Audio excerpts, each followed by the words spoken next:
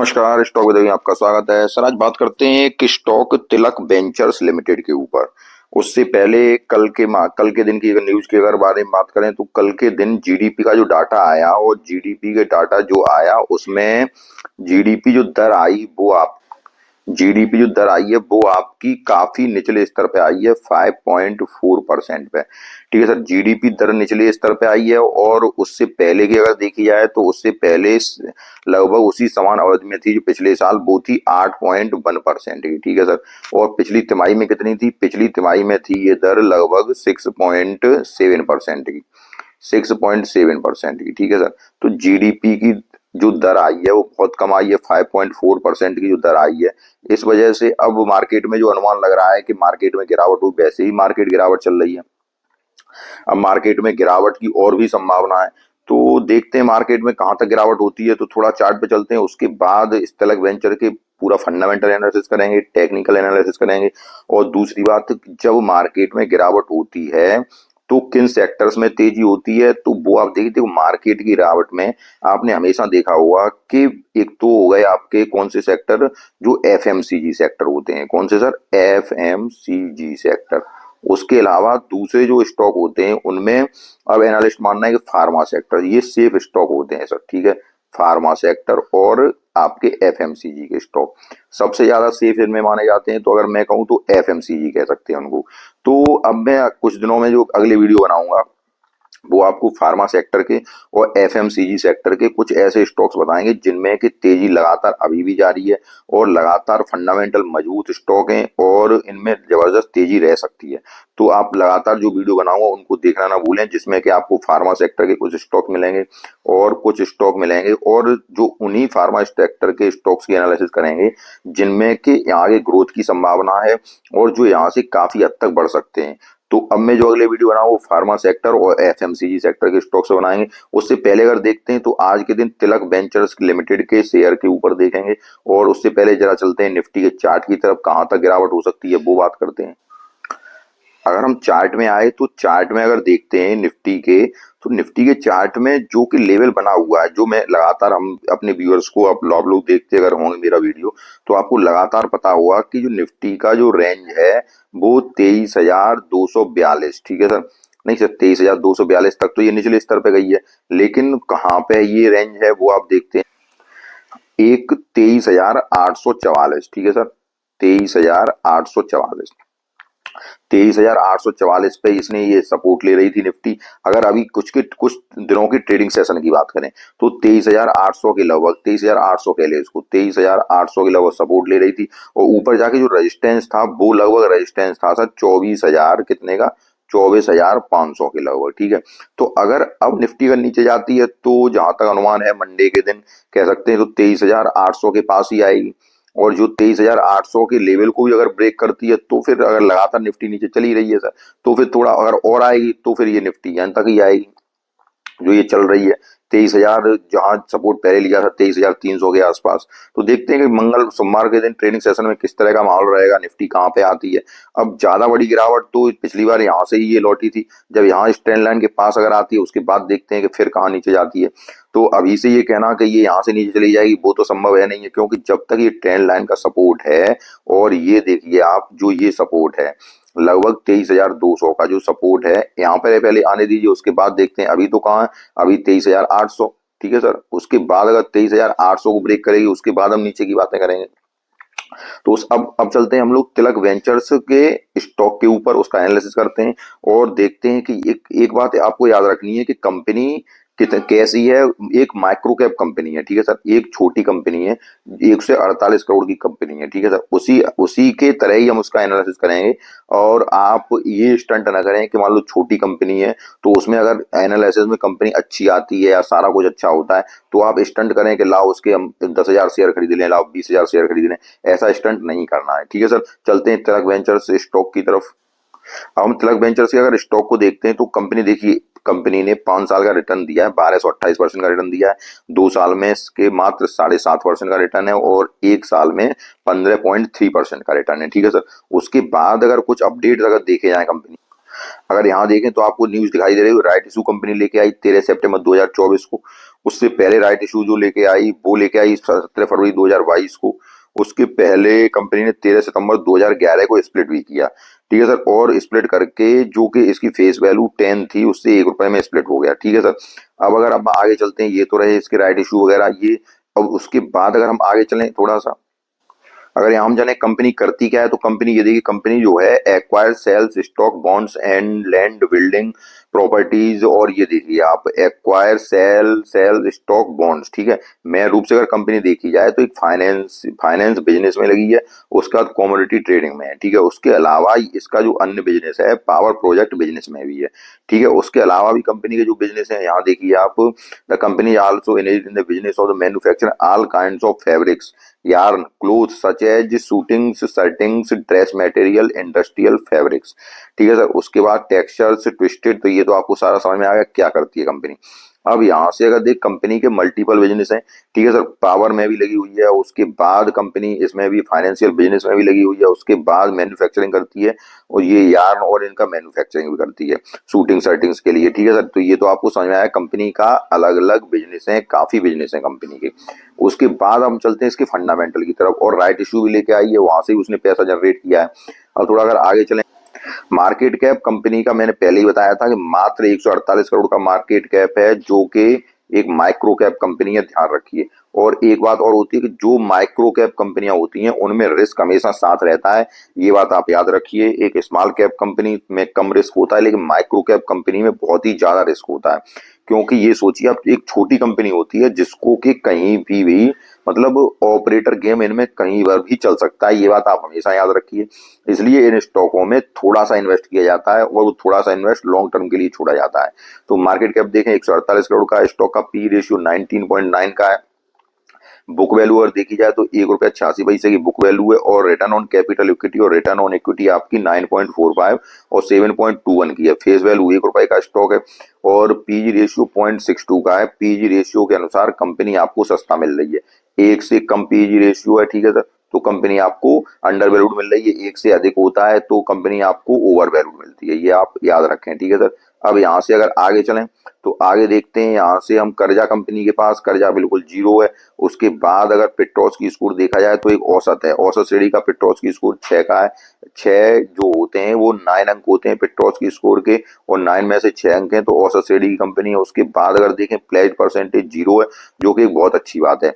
Promoter की holding 62% है। ठीक है सर। करंट रेशियो अगर देखा जाए तो करंट रेशियो 242 का है, जो कि बहुत ही अच्छा माना जाएगा। करंट रेशियो क्या होता है? करंट रेशियो होता है आप करंट लायबिलिटी जो करंट एसेट्स का ये आपका डिवीजन होता है, जो कि ज्यादा रहे तो अच्छा होता है। ठीक है, करंट एसेट्स करंट लायबिलिटीज का ये रेशियो होता है।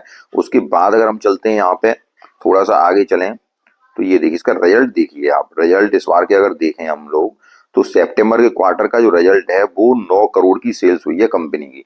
एक्सपेंस कितना है? एक्सपेंस भी 7.68 का है। उसके बाद अगर आगे चलें, ऑपरेटिंग प्रॉफिट मार्जिन की बात करें अगर आप, तो ऑपरेटिंग प्रॉफिट मार्जिन 16.43% का है। उससे पहले 26.64% का, उससे पहले 18% का, उससे पहले 53% का, उससे पहले 0.64% का।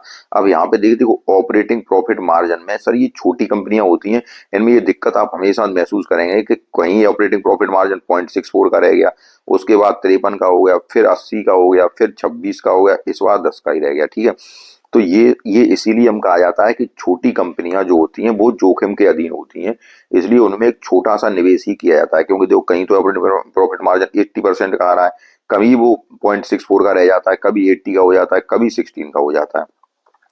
आगे अगर चलें तो आगे देखो नेट प्रॉफिट अगर देखें, नेट प्रॉफिट इस बार का 2.08, उससे पहले 1.74, उससे पहले 2.35, 1.28 नेट प्रॉफिट। ठीक है कंपनी का। थोड़ा सा अगर ईपीएस देखें तो ईपीएस उसी के अनुसार है। अब थोड़ा आगे आए हम लोग, तो साल दर साल का प्रदर्शन भी देखें कंपनी का। साल दर साल का प्रदर्शन, सेल्स साल दर साल भी बढ़ रही है। उसके बाद ऑपरेटिंग प्रॉफिट मार्जिन अगर यहाँ साल दर साल पे बात करें तो 31, उससे पहले 45, उससे पहले 32, उससे पहले ऑपरेटिंग प्रॉफिट मार्जिन नेगेटिव था। ठीक है, फिर 21 और कई नेगेटिव। तो ये मुझे बताया मैंने कि छोटी कंपनियों हमेशा ये दिक्कत रहती है। ठीक है सर। उसके बाद अगर नेट प्रॉफिट यहाँ पे भी देखा जाए तो लगभग 7.45 करोड़ का है, उससे पहले 5.45 करोड़, 2.43 करोड़, उससे पहले नेगेटिव था। तो ये उसके बाद अगर आगे चले हम लोग, तो आगे बैलेंस शीट पर नजर डालो। बैलेंस शीट अगर देखें तो रिजर्व कंपनी के लगातार बढ़ रहे हैं। 60 करोड़ का रिजर्व है, उससे पहले 55 का, 51 का, 31 का, 12 का, ये अच्छी बात है। रिजर्व लगातार कंपनी के बढ़ रहे हैं। कर्जा जो है कर्जा कम होता जा रहा है। कर्जा देखिए अब जीरो का हो गया है। उससे पहले लगातार कर्जा कम करके कंपनी अब जीरो पे आ गई है, ये अच्छी बात है। उसके बाद अगर यहाँ देखें फिक्स्ड एसेट कंपनी के देखें तो फिक्स्ड एसेट में कोई बढ़ोतरी नहीं हुई है कंपनी के में, लेकिन जो इन्वेस्टमेंट है कंपनी का इन्वेस्टमेंट लगातार जारी है। ठीक है सर, इन्वेस्टमेंट बढ़ोतरी हो रही है और आपके अदर एसेट भी कंपनी के यहाँ पे 14.37 करोड़ के हैं। अब अगर आगे चलते हैं तो आप रेशियो देखिएगा। तो रेशियो अगर देखते हैं तो डेब्टर डेज 5.15 के हैं।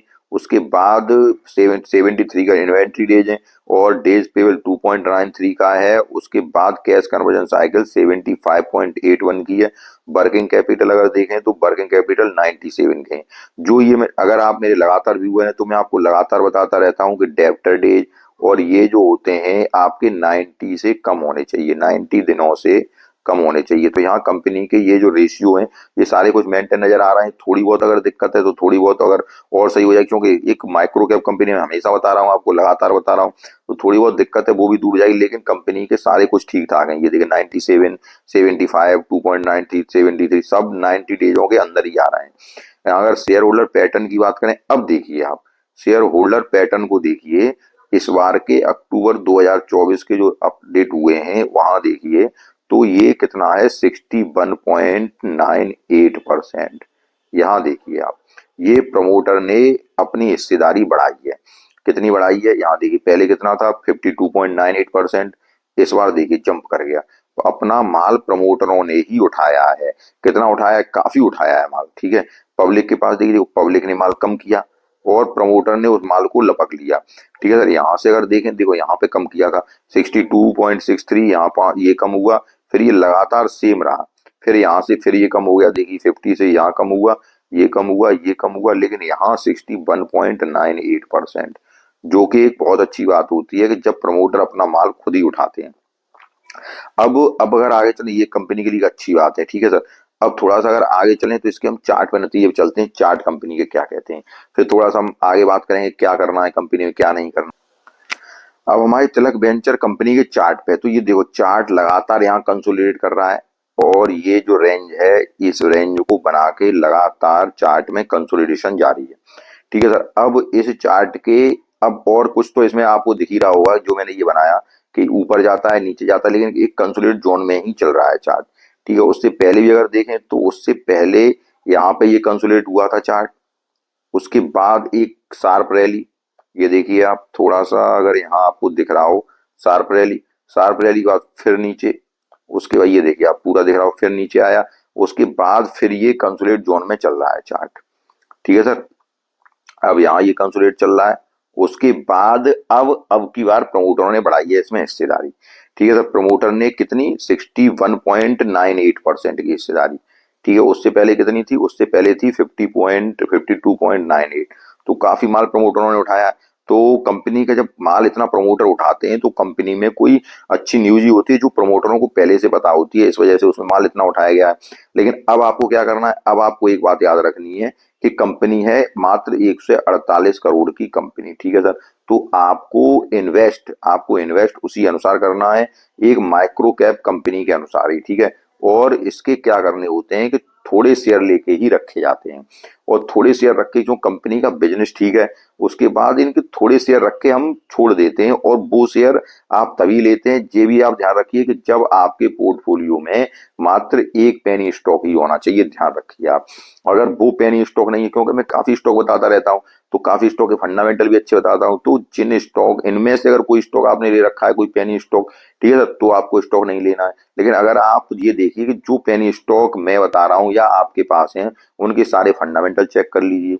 अगर उनके फंडामेंटल जो जो अच्छे स्टॉक हैं पेनी स्टॉक उनको निकाल लीजिए। उनमें से फिर जब आप जैसे कोई स्टॉक मैंने बताया मान लो कोई स्टॉक, कई स्टॉक आप कहीं और से देख रहे हो, तो इन स्टॉकों की एक लिस्ट बना लीजिए। ठीक है, उनमें से जो भी पेनी स्टॉक आप जैसे 5 पेनी स्टॉक छांटे हमने, ठीक है, उसमें से आपको जो भी पसंद आए वो एक स्टॉक पेनी स्टॉक रखिए और उस स्टॉक में लगभग 3 साल तक निवेश रखिए। ठीक है सर, 3 साल 5 साल तक, और एक छोटा निवेश एक छोटा निवेश, जो मैं आपको हमेशा बताता रहता हूँ, एक छोटा निवेश माइक्रो कैप कंपनी में, ठीक है सर। उस कंपनी में एक छोटा निवेश करिए, 3 साल के लिए छोड़िए, अब फिर देखिए, और उस पैसे को आप पर डे मंथ देखिए कि अब ये कितना बढ़ रहा है, अब क्या हो रहा है। उस पैसे को 3 साल के लिए छोड़ दीजिए, फिर देखते हैं कि वो कितना रिटर्न बना के देता है, ठीक है सर। अगर कंपनी का फंडामेंटल अच्छा है, कंपनी पे कर्जा नहीं है, कंपनी के पास कोई प्लेज परसेंटेज नहीं है, और कंपनी का कामकाज अच्छा है, तो वो आपको बम्पर रिटर्न भी दे सकता है, ठीक है सर।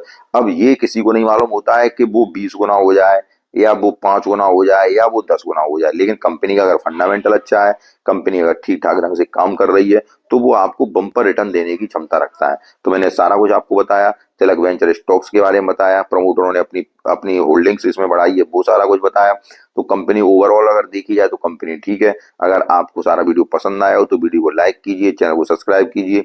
और हाँ, कल से मैं आपको उन्हीं स्टॉक्स के ऊपर, एक फार्मा स्टॉक्स के, आपके स्टॉक्स के ऊपर, उसके बाद आपको उस एफएमसीजी स्टॉक्स के ऊपर, इनके ऊपर फंडामेंटली एनालिसिस करेंगे वीडियो में, और देखेंगे कि अब इन इन सेक्टरों के कौन कौन से स्टॉक्स अच्छे हैं जिनमें कि निवेश किया जा सकता है, ठीक है सर। अगर आपको वीडियो पसंद आए, चैनल लाइक कीजिए, वीडियो लाइक कीजिए, चैनल सब्सक्राइब कीजिए। धन्यवाद।